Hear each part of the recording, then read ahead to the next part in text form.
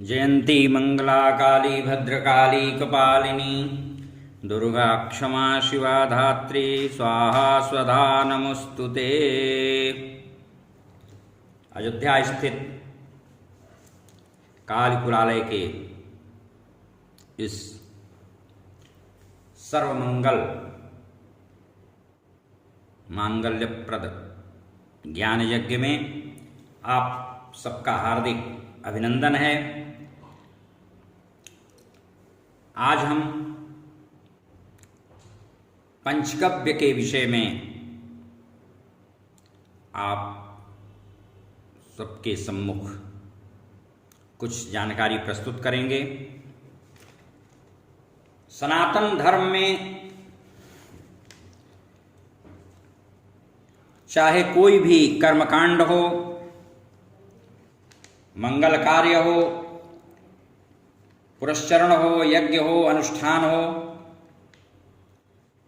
उसके पूर्व बाह्याभ्यंतर, भीतर और बाहर दोनों तरह से काया शुद्धि के लिए पंचगव्य प्राशन करने की विधि का शास्त्रकारों ने निर्देश दिया है। पंचगव्य प्राशन यानी पान कर लेने के पश्चात ही साधक, यजमान या यज्ञकर्ता अपने अभीष्ट, इष्ट या अनुष्ठेय की आराधना करने का सुपात्र बन पाता है।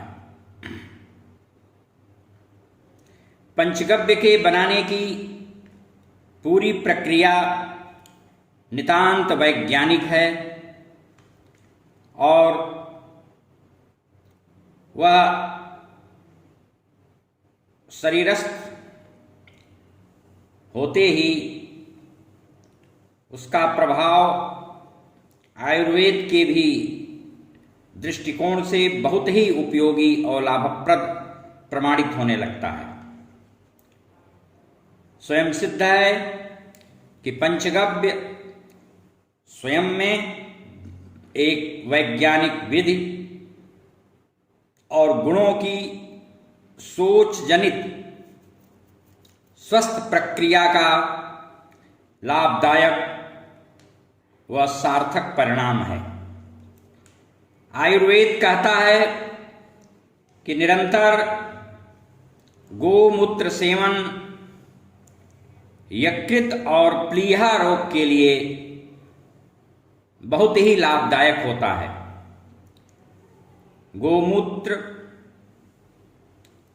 गोमूत्र और गोबर का रस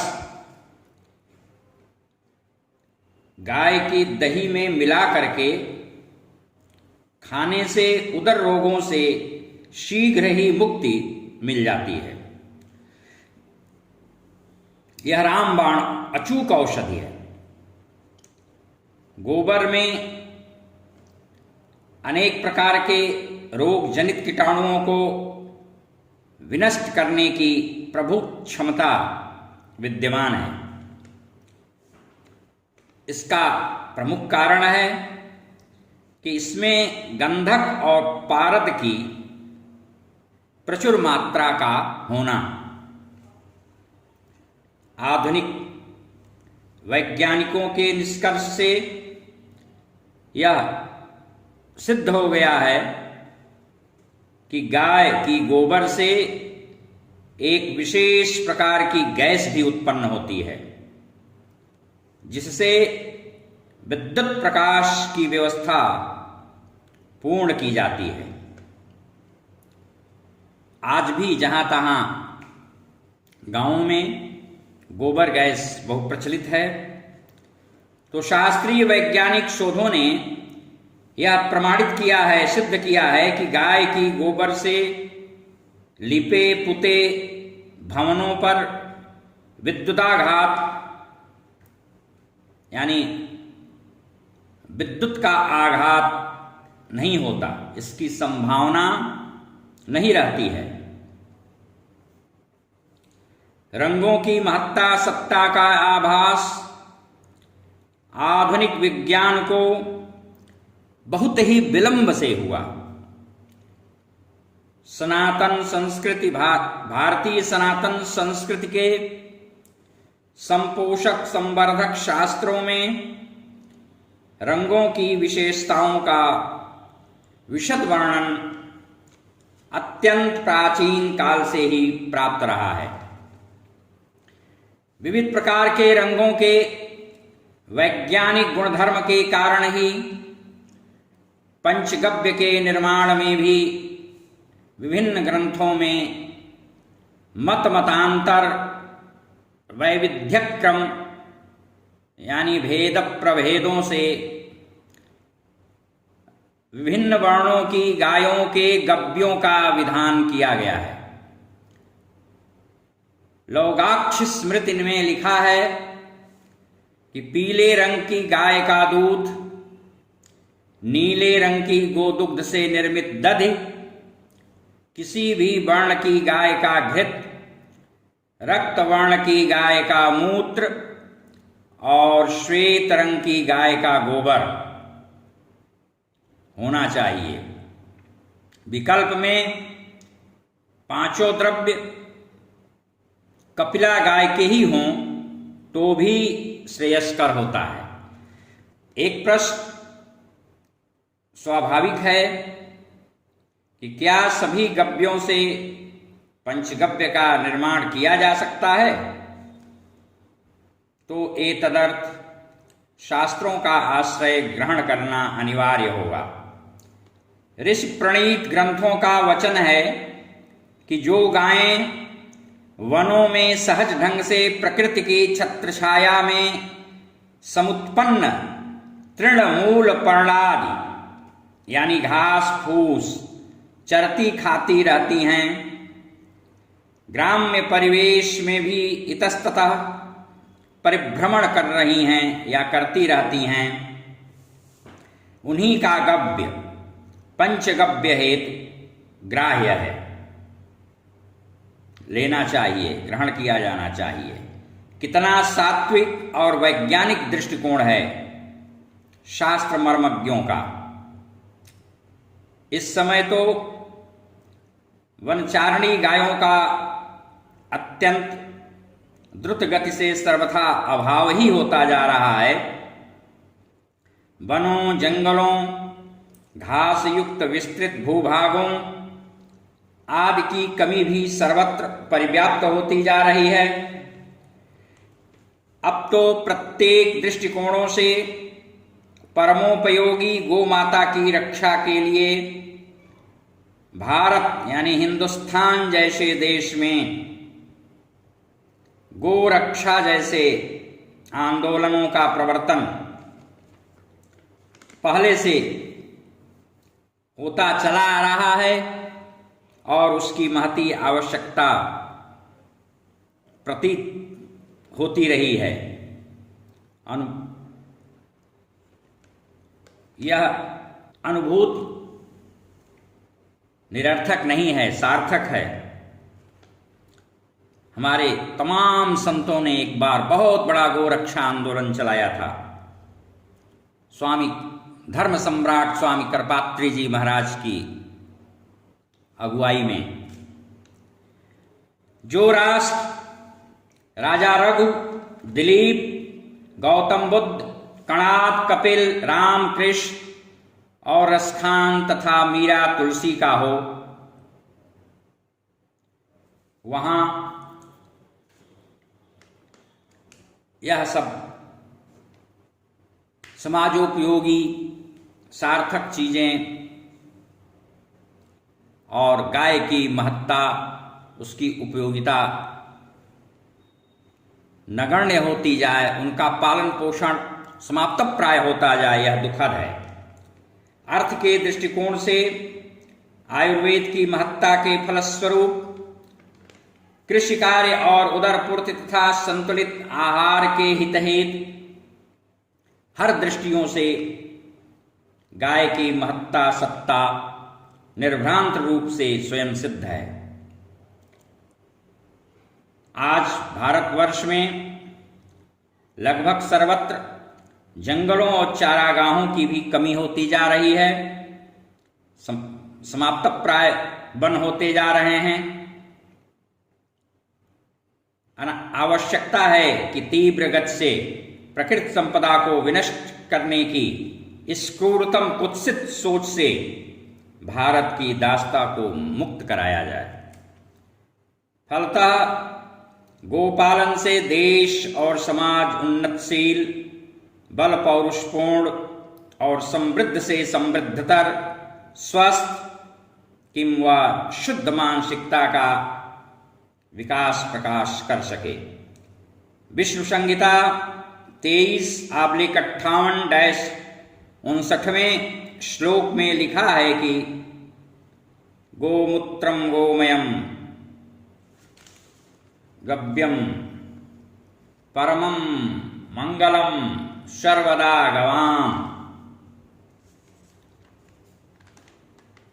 गोमूत्र, गोबर, गोघृत, गोदुग्ध, गोदधि और गोरोचन, ये गोजनिच्छह वस्तुएं षडंग कही जाती हैं, जो कि सर्वदा मुदमंगलमयी होती हैं। रसराज कृष्णचंद्र जी को गाय सहित उपर्युक्त सभी खट वस्तुएं परम प्रिय थीं। गोरोचन में तो आकर्षण और सम्मोहन की भी शक्ति होती है, ऐसा तंत्र ग्रंथों का निर्देश है।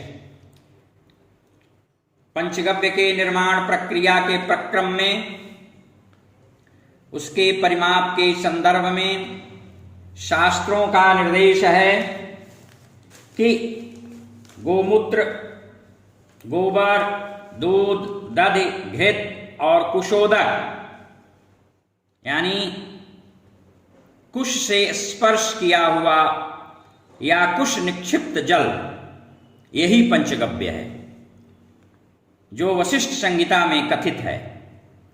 अग्निपुराण इसकी विशद व्याख्या करते हुए 175वें अध्याय के श्लोक 24-25 में स्पष्ट करता है कि पंचगव्य में कपिला गौ का मूत्र 4 भरी, आधे अंगूठे के बराबर गोबर,